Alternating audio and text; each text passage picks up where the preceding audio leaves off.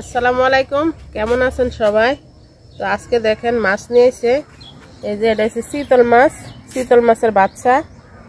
আর এগুলো হচ্ছে একদম নদীর যে অরিজিনাল বাটা মাছ। এই বাটা মাছ এগুলা এই ছোট ছোট, কিন্তু খাইতে অনেক অনেক মজা এগুলা। তো নদীর নাকি পুকুরের সঠিক জানি না, কিন্তু আমি জানি এগুলা নদীতে হয়। তো আজকে টমেটো দিয়ে ধনিয়া পাতা দিয়ে ঝোল রান্না করবো। যারা যারা ভিডিওটা দেখতেছেন পুরাটা ভিডিও দেখেন কষ্ট করে।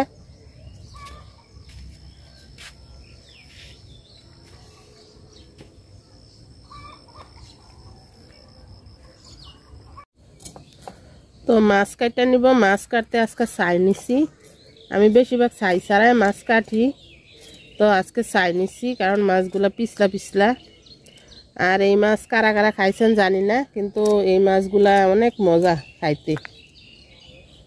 আমরা অনেক আগে আনছিল, সেদিনও আনছিল, কিন্তু মিরকা মাছ আর বাটা মাছ একসাথে আসছিল। আর আজকেরগুলা সবগুলাই বাটা মাছ।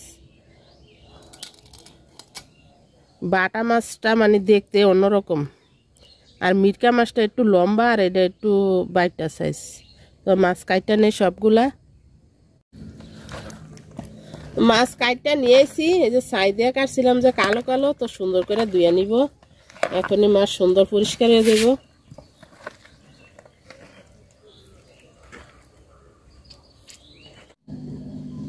তো মাছ ধুইয়া পরিষ্কার করে নিছি সুন্দর করে। এখন সাইডে রাখবো একটু।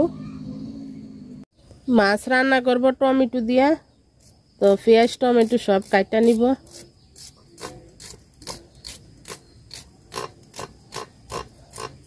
আর ধনিয়া পাতা আনছে দেখেন কতগুলা। তো বেশি করে ধনিয়া পাতা দিলে শীতের দিন তরকারি বেশি ভালো লাগে, বেশি করে ধনিয়া পাতা দিয়ে দিব।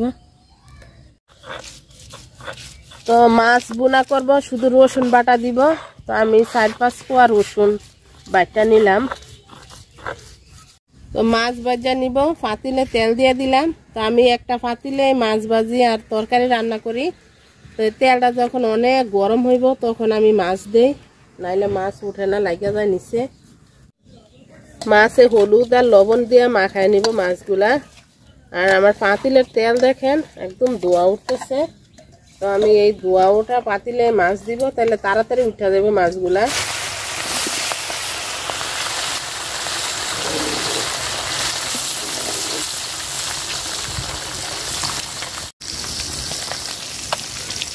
মাছ উল্টায় নিব।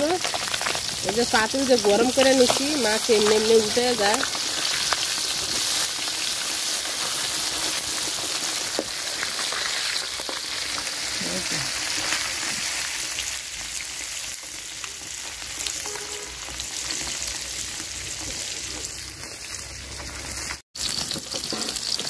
তো মাছ ভাজা হয়ে গেছে, তুলে নিব। এই যে কড়া করে ভাজা নিচ্ছি।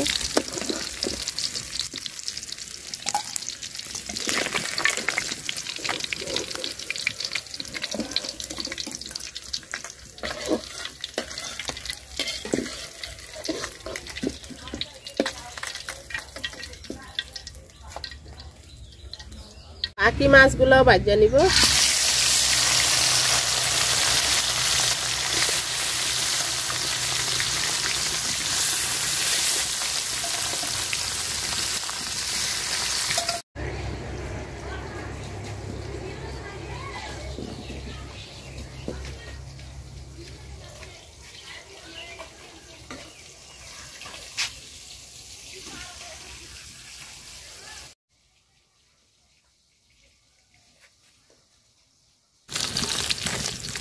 তো মাছ এগুলো ভাজা হয়ে গেছে, তুলে নিব।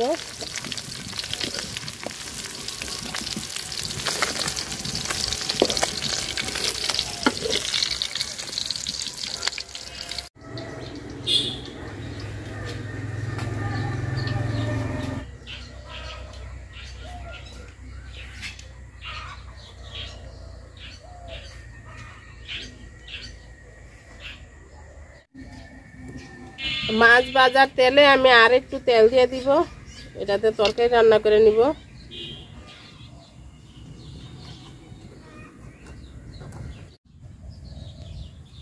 পেঁয়াজ কুচি দিয়ে দিলাম।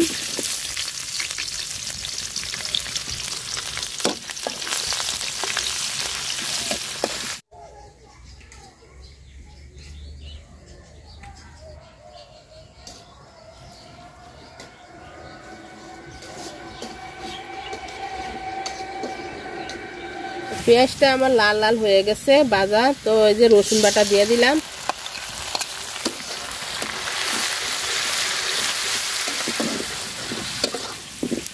রসুনটা আমি ভাজা নিছি সুন্দর করে, তো এখন একটু পানি দিয়ে নিব, পানি দিয়ে আর একটু কষায় নিব।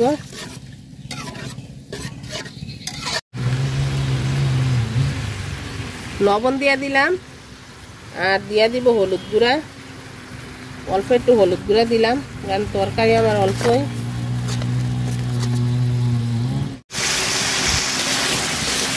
তো মশলাটা আমি সুন্দর করে কষায় নিচ্ছি। তো কাঁচামরিচ দিয়ে দিলাম আর দিয়ে দিব টমেটো, টমেটোটা আমি হালকা কষায় নিব।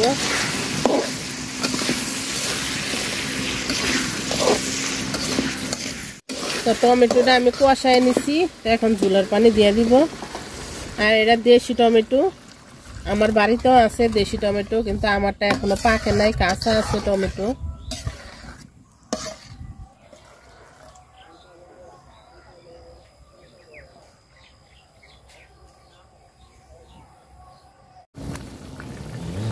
তো তরকারি আমার ফুটে গেছে, এই যে ভাজা মাছ সবগুলাই দিয়ে দিব।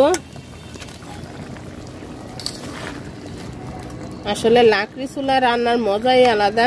লাকড়ি চুলা রান্না করলে একটু কষ্ট হয়, কিন্তু মজা হয় বেশি লাকড়ি চুলায়।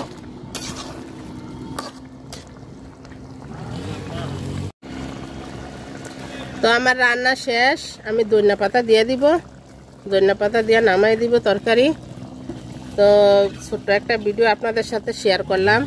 যারা যারা এতক্ষণ ধরে ভিডিওটা দেখছেন সবাই অসংখ্য অসংখ্য ধন্যবাদ।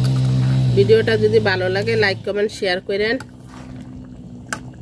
সবাই ভালো থাকেন।